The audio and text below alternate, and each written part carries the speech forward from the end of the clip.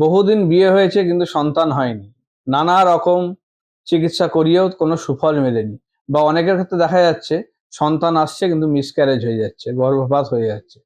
এই সমস্যার একটা সমাধান আপনাদের বলছি আজকে, এটা আপনারা অবশ্যই করুন। এবং এইটার কিন্তু একদম তন্ত্রোক্ত একটা উপাচার, যেটা কিন্তু প্রচণ্ড ফলপ্রসূ। আপনারা যদি সঠিকভাবে করতে পারেন অবশ্যই সুফল পাবেন। নমস্কার, আমি অ্যাস্ট্রো স্পিকার গৌরব।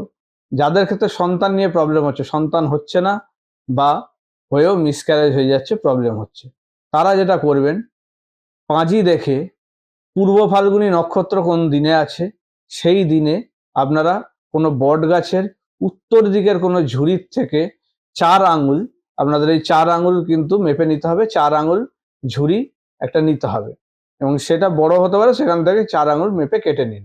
কেটে নেওয়ার পরে সেটাকে সেই মহিলার বাঁ হাতে লাল সুতো দিয়ে বেঁধে নিন, এবং এইটা ক্রমাগত পরে থাকবেন কন্টিনিউ। তাতে কিন্তু আপনার সন্তান স্থান ঠিক করবে, সন্তান হবে, এবং যাদের ক্ষেত্রে এই গর্ভপাত বা মিসক্যারেজের ভয়টা ছিল সেটাও কিন্তু কেটে যাবে। করে দেখুন, ভালো থাকুন।